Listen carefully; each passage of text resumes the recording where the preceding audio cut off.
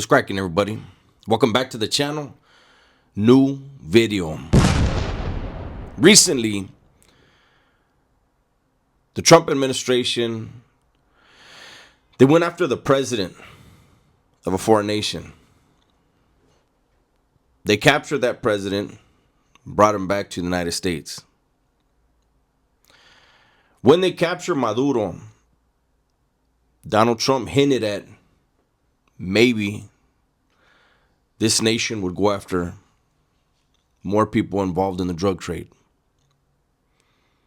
And then last night, Nemesio Osegura Cervantes, aka El Mencho, was targeted in a military operation in Jalisco.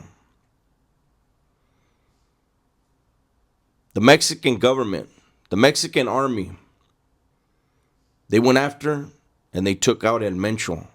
They took out other people that were there beside him, fighting to save him, fighting to let him get away. And even though it was the Mexican government, it was American intelligence that told them exactly where to go and exactly who to get. I know that a lot of people are going to point the finger at Trump. And they're going to use this as another emotional, it's racist type thing, right? And that is the easiest way to get distracted.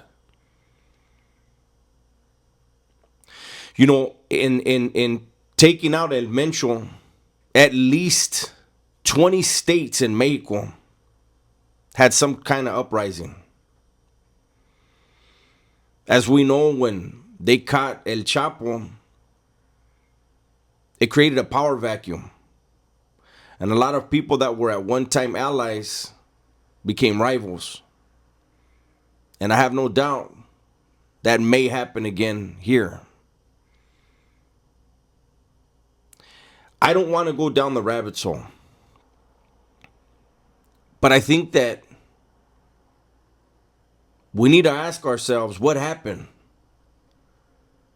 U.S. intelligence always knew where El Mencho was. They know where all of these guys are. They always do. And nothing's been done. Why now?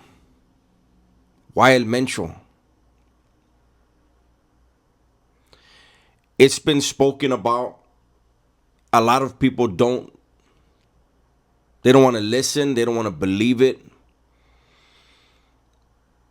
But you can look it up. Different podcasts, people in the intelligence community, former guys in the intelligence community saying at least the last 5 presidents of Mexico were put there, placed there by assets in the United States government. And that same group that has been putting people in place and putting people in power in Mexico, they've been involved in the drug trade decade after decade after decade. We stayed in Vietnam for as long as we did because of the Golden Triangle for the drug trade. We were in Colombia for decades because of the drug trade. We were in Afghanistan for all the opium they had. If people don't want to believe that, that's fine. I'm just regurgitating what's been put out there by a lot of people who would allegedly be in the know. This thing that happened to El Mencho, it's not just something where it's like, hey, let's take out a drug guy. Because if that was the case, they could have hit multiple people at once. This is a play. We may never figure out what the play is. But now you have foreigners trapped in Mexico. How long they'll be trapped, I don't know. Their nations have warned them to stay in place, not move around. And their consulates will figure out a way to get them out. The Mexican government will try to figure it out, but that's not their priority right now. Again, in at least 20 states, there was an uprising. The authorities in Mexico are focused on that. They're bracing for what's going to come next, because something will come next. We have a lot of people saying that there may be a problem with Iran coming up. Well, how convenient to try to maybe possibly get the United States tangled up in Mexico as well. Have the U.S. military in two different places at once.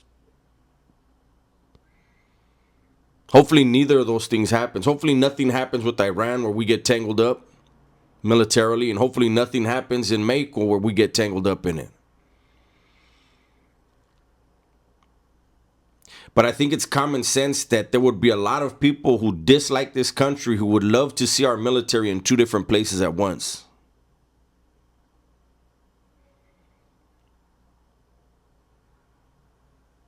Mexico has gone through so much since 1519, since the arrival of the Spanish. And then after them, the French, the Portuguese, and everyone else. There are people who believe, people who have been saying forever that Mexico is cursed because of the things that it used to be involved in. I don't believe it. I believe that there was a mindset created by the arrival of Cortez. The only way a small group of Spaniards were able to keep millions of people from wiping them out was to make those people fight each other, hate each other. And it's been going on since 1519. Mexico is a country that has so many, it's well documented, well known, so many natural resources. Mexico, if they could get it together, could be a powerhouse economically as well as militarily. But for some reason, there's always something destabilizing them, not allowing them to become what they can become and what they should be. So I'm hoping that this video will get some people to think and get some people to investigate and educate themselves. Don't get caught up in the hype. Don't be pulled emotionally. Right now, there are so many people that want everyone else to react emotionally rather than intellectually. They don't want you to get to the bottom of stuff. They want you to react emotionally because it's easier to control you. It's easier to control the masses if you can get them by their emotions. Because once they start using their intellect and questioning stuff, they lose all control. That's my video for today. Hopefully you guys enjoyed it. Everybody, please be safe, be smart, and tell the ones you love that you love them, man. I'm out of here.